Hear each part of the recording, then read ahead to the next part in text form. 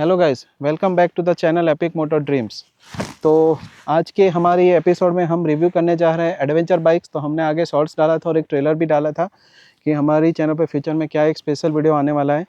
तो आजकल आप देखो इंडियन मार्केट में तो एक चीज़ बहुत पॉपुलर हो रही है, वो है कि एडवेंचर बाइक कि जो होती है उसकी हाइट ज़्यादा होती है नॉर्मल बाइक से और थोड़ा उसकी मजबूताई नॉर्मल बाइक से ज़्यादा होती है, जैसे कि ये है बेनेली TRK 502।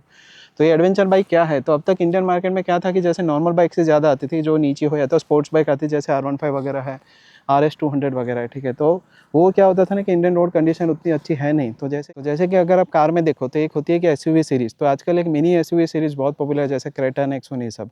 और जो होंडा सिटी वगैरह उसकी प्राइस भी काफ़ी डाउन है और कोई लेता भी नहीं है। तो उसका रीज़न वो है कि इंडिया के रोड की कंडीशन उतनी अच्छी रहती नहीं है और आजकल लोग ट्रैवल भी ज़्यादा प्रीफर करते हैं, जैसे कि हम ये लोकेशन पे इस टाइप का हल्का सा of road location, over of road नहीं कि जिसमें जीप वगैरह हो, हल्का सा ऑफ रोड। तो सेम बाइक में भी यही हुआ आजकल कि लोगों को ऐसे इवन डेली ट्रैवल के लिए भी ऐसी एडवेंचर बाइक चाहिए। तो adventure bike versus normal bike में ये डिफरेंस होता है कि इसकी हाइट वगैरह ज़्यादा होती है, इसका जो एग्जॉस्ट है ऊपर आता है ताकि पानी में थोड़ा जा सके, और इसके टायर वगैरह ऑफ रोड के हिसाब से बने होते हैं। It's not like 100% of road, but जिसमें आप 50-60% ऑफ रोड कर सको, इस तरह का वो उसमें अरेंजमेंट होता है, ठीक है। तो let's review this. I think हम ये सीरीज़ में आगे जाके बहुत सारी बाइक रिव्यू करने वाले हैं।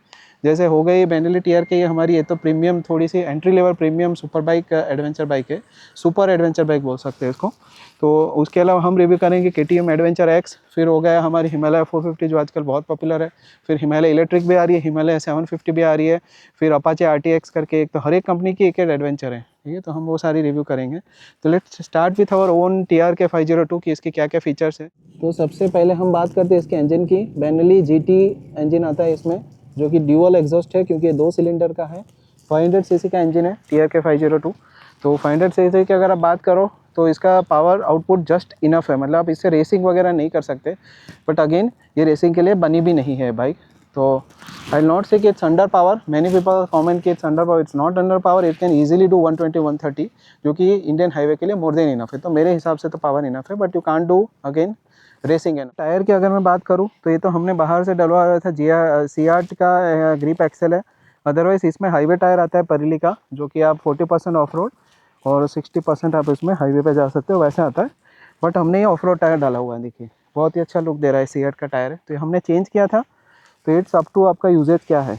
अगर आप हाईवे पे यूज़ करना चाहते हो तो मत चेंज कीजिए, अगर आपका ऑफ रोड यूजेज है तो आपको ये चेंज करना पड़ेगा। हाँ, अगर और एक एसेसरीज फिटिंग की मैं बात करूँ तो नॉर्मली कई बाइक में इशू होता है कि एसेसरी फिटिंग का जगह नहीं रहता है। तो इसमें जैसे देखिए कि मोबाइल होल्डर का बहुत अच्छा पॉइंट दिया हुआ है। आप ये जगह पे जैसे आपका GPS माउंट है वो फिट कर सकते हो। और ये जो स्विच है और ये स्विच है, इसका एडवांटेज है कि एक्स्ट्रा स्विच है जो कि अनयूज्ड है, मतलब आप उसको कोई भी ऑक्स एसेसरी में लगा सकते हो, जैसे ऑक्सिलरी लाइट हॉर्न है, आप वो सब उसमें फिट कर सकते हो। और लाइट फिटिंग के लिए भी ये पूरा ये गार्ड आता है मस्त प्रोटेक्टिव। तो उसके ऊपर देखो ये लाइट मैंने 4 लाइट फिट किए हुए, 2 HG का ऊपर है और 2 HG का नीचे है, और हॉर्न भी मैंने फिट किया हुआ है। तो कई बाइक में इशू होता है कि आपको ये फिटिंग वगैरह के लिए अच्छा वो नहीं मिलता है, जबकि इसमें काफ़ी अच्छा मिल रहा है आपको। तो बेनिफिट है कि जो एसेसरीज वगैरह फिट करने के लिए बहुत अच्छी जगह बनी हुई है। और एक चीज़, ये 360 माउंट है हमारा Insta360, तो उसके लिए भी कई जगह हैंडल में फिट करना पड़ता है। हमारे लिए यहाँ स्पेशली जगह बनी है, जैसे हमने माउंट लिया था ये पूरा यहाँ तक चला जाता है हाइट इसकी। तो बहुत अच्छा इसमें रिकॉर्डिंग आता है। मेरे बहुत शॉर्ट्स ऐसे वायरल हुए, लाइक 1 मिलियन भी क्रॉस कर गए थे, जो मैंने यहीं पे लगा के लिए हुए सारे। इसकी ब्रेकिंग की बात करता हूँ मैं। आगे ड्यूअल ब्रेक आती है, देखो 2 ब्रेक है, एक और एक दे, और एक के अंदर कम से कम 4 या छोटे छोटे इतने हैं ना 8 ब्रेक पैड आते हैं एक ही साइड पे। तो इसका ब्रेकिंग सिस्टम बहुत ही अच्छा है, मतलब ड्यूअल डिस्क ब्रेक है तो आराम से रुक जाती है। देखो पीछे भी सिंगल डिस्क ब्रेक है, लेकिन इसका भी अच्छा है सिस्टम पूरा। तो स्पेशली आगे का ब्रेक काफ़ी पावरफुल है। सीट कंफर्ट की बात कर रहा हूँ, काफ़ी कंफर्टेबल सीट है, उतनी हार्ड भी नहीं उतनी सॉफ्ट भी नहीं है। बेनेली के बैजिंग के साथ आती है, मस्त। ये स्टिचिंग भी इसका ओपनली दिखता है और स्प्लिटेड सीट आती है इसके अंदर, बट काफ़ी कंफर्टेबल है। मतलब मैंने पर डे 600 किलोमीटर तक ड्राइव किया हुआ है, तो मुझे कुछ इशू लगा नहीं है इसका। मस्त है, आराम से, मतलब इतना कुछ पेन होता नहीं है। जो नॉर्मल पेन होता है वो होना ही है, उसका कोई वो नहीं है, सॉल्यूशन नहीं है, बट अच्छा है। सीटिंग पोजीशन भी बहुत अच्छा है, हाथ आपके ऐसे रहते हैं। और बड़ी बात कि ये पूरा एडजस्टेबल है। देखो इधर आओ, 1 मिनट क्लोज, यहाँ जूम करो। देखो ये ना एडजस्ट होता है स्टीयरिंग, तो आपका इसका हाइट जो है ना पूरा चेंज कर सकते हो, ये एडजस्ट होता है अंदर से। हाँ, और दूसरी एक चीज़, इसका लीवर भी एडजस्टेबल है। जैसे यहाँ लाओ, देखो ये जो 4 आपको दिख रहा है ना 4 3 2 1, तो इसको आप ऐसा करके ये लीवर को एडजस्ट कर सकते हो कि इसका डिस्टेंस कितना है। तो कई लोगों को प्रॉब्लम होता है कि ज़्यादा ऐसे फिंगर खींच रही है, तो इशू नहीं होगा, ये पास में आ जाएगा। और सिमिलरली क्लच लीवर भी एडजस्टेबल, वो नहीं दिखाया चलेगा। हाँ, ठीक है, तो ये हो गए इसके सारे प्रॉन्स। अभी प्रॉन्स पे जाने से पहले मैं पिलियन राइडर का एक्सपीरियंस बताता हूँ, क्योंकि यूजुअली अगर आप कपल ट्रैवलर या तो सोलो ट्रैवलर नहीं हो, पीछे कोई भी बैठता है, तो इंडियन बाइक में काफ़ी इशू रहता है कि पीछे का कंफर्ट कोई नहीं देखता है, मतलब काफ़ी अनकंफर्टेबल छोटी सी सीट दे देता है। जैसे इवन हिमालय वगैरह भी ऐसे बनी हुई है जिसमें पिलियन राइडर उतना कंफर्टेबल नहीं है। तो अब मैं पिलियन राइडर का एक्सपीरियंस बताता हूँ। या हाय यूट्यूब। तो मैं पिलियन राइडर हूँ। तो मुझे तो इस बाइक से कोई शिकायत नहीं है, बहुत ही अच्छे से मतलब हमने अराउंड 600 किलोमीटर वन डे में कवर किया हुआ है, जैसे कि इन्होंने बताया। तो मुझे तो कोई भी प्रॉब्लम नहीं हुआ है, ना बैक इशू है ना लेग में कोई इशू हुआ है। तो मुझे तो कोई प्रॉब्लम नहीं हुआ है इस बाइक से। तो आई एम वेरी हैप्पी। और सीट भी काफ़ी कंफर्टेबल है, ऐसा मुझे कोई यहाँ पे हार्ड फील नहीं हुआ है। वो लेग स्पेस वगैरह और बैक वगैरह कोई प्रॉब्लम नहीं हुआ है। और एक्चुअली मुझे जो सबसे ज़्यादा हेल्प करता है वो ये बैक, जो बैक रेस्ट है ये करता है। तो हमारा जो टॉप बॉक्स है हमने ये वाला बैक रेस्ट लगवाया है इसमें। तो ये मस्ट है किसी हर प्लेन राइडर के लिए। तो हम ऐसे आराम से यहाँ पे बैठ सकते हैं।